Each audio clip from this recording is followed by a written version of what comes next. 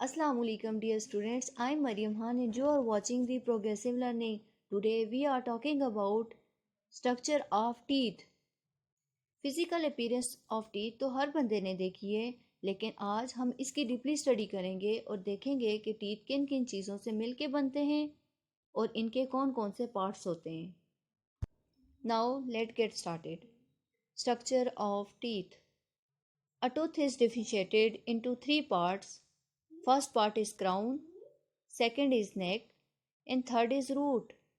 Now let's talk about crown. Crown is the stinging part of tooth that project off from jaws. Tooth is composed of hard dental bony substance called dentina.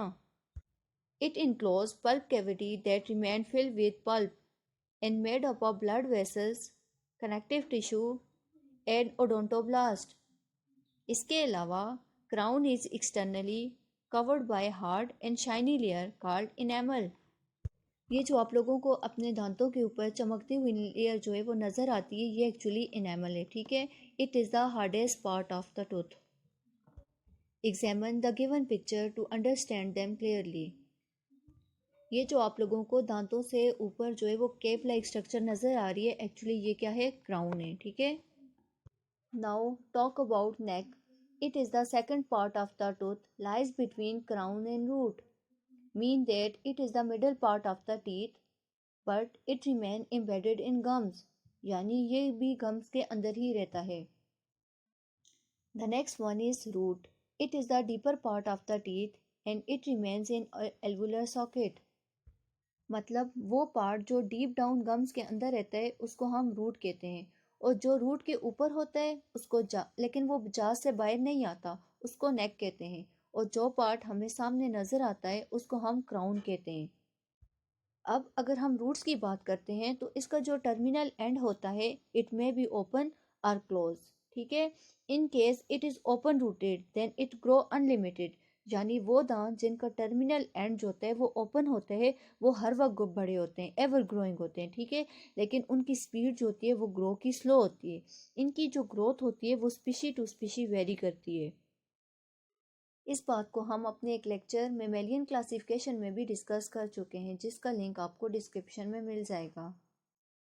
और दूसरे number पर आते हैं वो teeth that have close roots, so that's why they have restricted growth. ठीक है.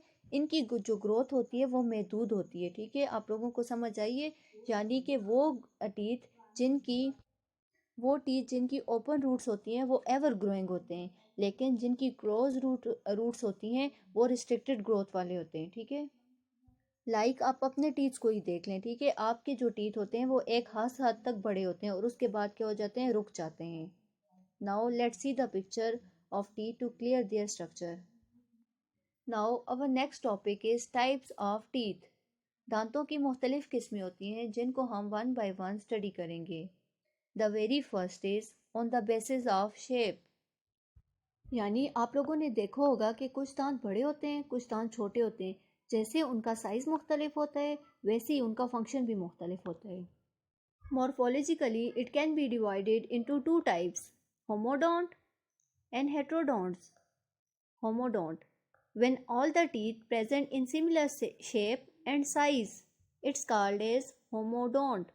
यानी जब सारे दांत एक ही शक्ल और एक ही साइज के होते हैं हम उसको होमोडोंट कहते हैं.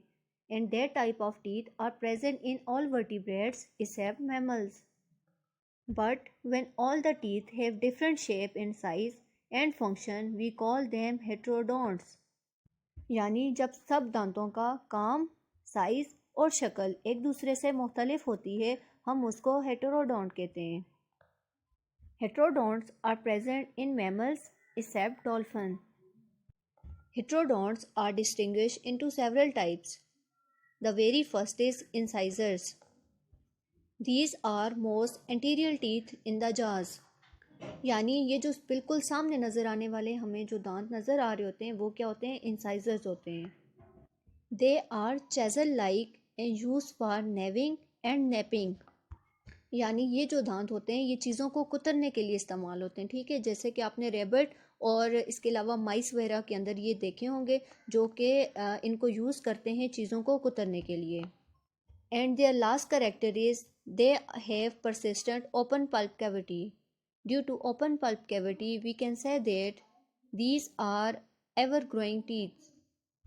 The next one is canine. These are positioned next to incisors. These are used for catching and tearing.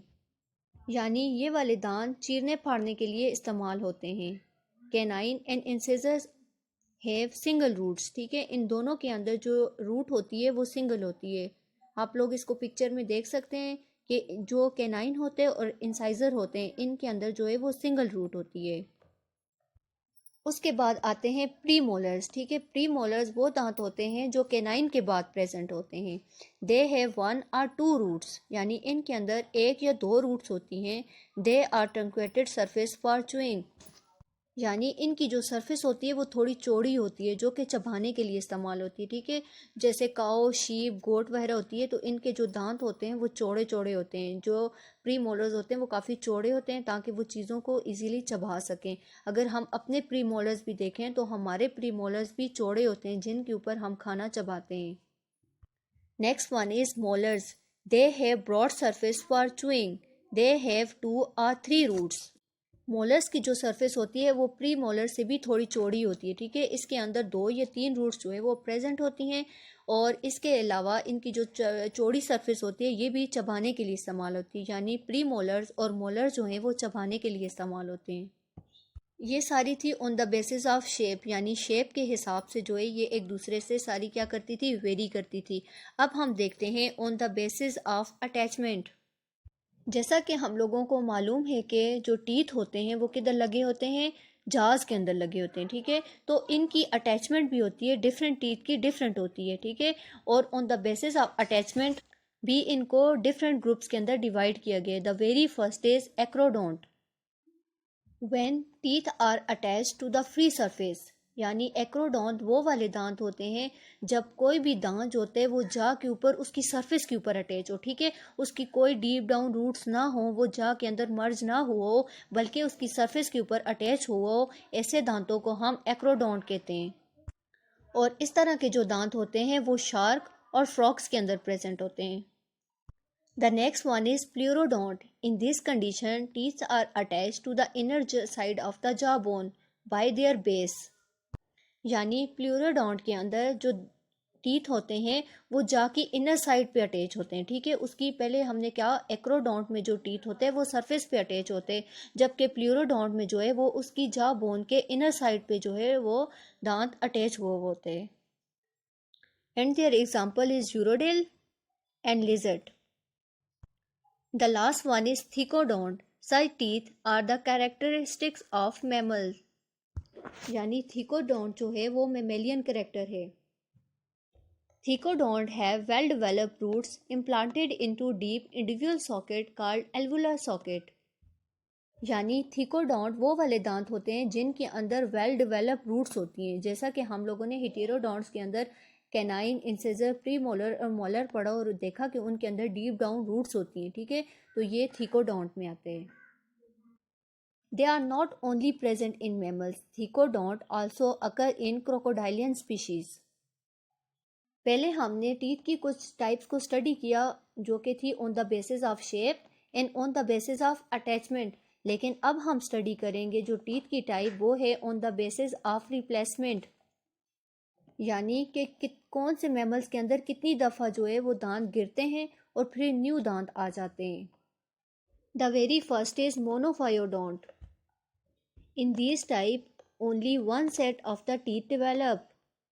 These teeth grow one and never replace. यानी मोनोफायोडोंट के केस में ऐसा होता है कि एक ही दफ़ा जो है वो टीथ ग्रो करते हैं और उसके बाद वो रिप्लेस नहीं होते, यानी वो गिरते नहीं हैं. यानी जो एक सेट प्रेजेंट हो गया मुंह के अंदर बस वो ही जो है वो सेट जो है वो लाइफ टाइम रहता है और लाइफ टाइम जो है वो एनिमल उन्हीं टीथ को यूज़ करते हैं. Human have 20 monophyodonts that are molar and premolars. Human की जॉ बोन के अंदर जो प्री मोलर और मोलर्स होते हैं ये भी मोनोफायोडोंट होते हैं. ठीक है, और ये भी रिप्लेस नहीं होते. और इसकी एग्जांपल्स में आते हैं platypus, marsupial, moles, and toothless mammals. The next is Diaphyodont. Diaphyodont, they have two sets in their life. The first set is called milk teeth and the second set is called deciduous teeth और permanent teeth. Baby की birth होने के बाद जो थोड़े अरसे के बाद कुछ सालों के बाद जो उसके मुंह के अंदर दांत आते हैं उनको हम मिल्क टीथ कहते हैं. ये परमानेंट टीथ नहीं होते. ठीक है, कुछ अरसा गुजरने के बाद ये टीथ जो है वो फॉल करने लग जाते हैं, फॉल करते हैं और ये ख़त्म हो जाते हैं. और उसके बाद क्या होता है कि कुछ टाइम के बाद उसके माउथ के अंदर एक नया सेट डेवलप होना स्टार्ट हो जाता है जिसको हम डिसिडियस टीथ या परमानेंट टीथ कहते हैं. और जो परमानेंट टीथ होते हैं ये रिप्लेस नहीं होते. ठीक है, उसके बाद ये सेट जो होता है वो लाइफ टाइम जो है वो माउथ के अंदर अपीयर रहता है और इसी को यूज़ किया जाता है. इसकी जो एग्जांपल्स हैं उसमें आ गया guinea pig, bats and humans.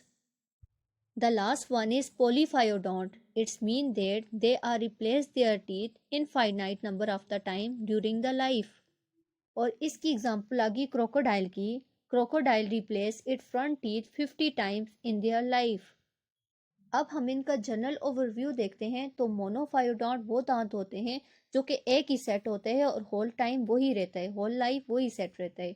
डायोफायोडोंट वो होता है जिनके अंदर दो सेट होते हैं. ठीक है, पहले मिल्क होता है, दूसरा डिसिडियस होता है. मिल्क रिप्लेस होता है और उसके बाद परमानेंट टीथ आ जाते हैं.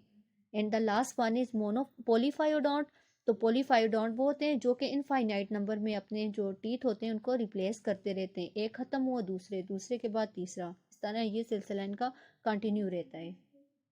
It's over from my side. Hope so it will be beneficial for you. If you like it, please like and subscribe my channel. If you found any difficulty, then follow me on Instagram. Link given in description. See you soon in next lecture. मेरी को दें इजाज़त. अल्लाह हाफिज़.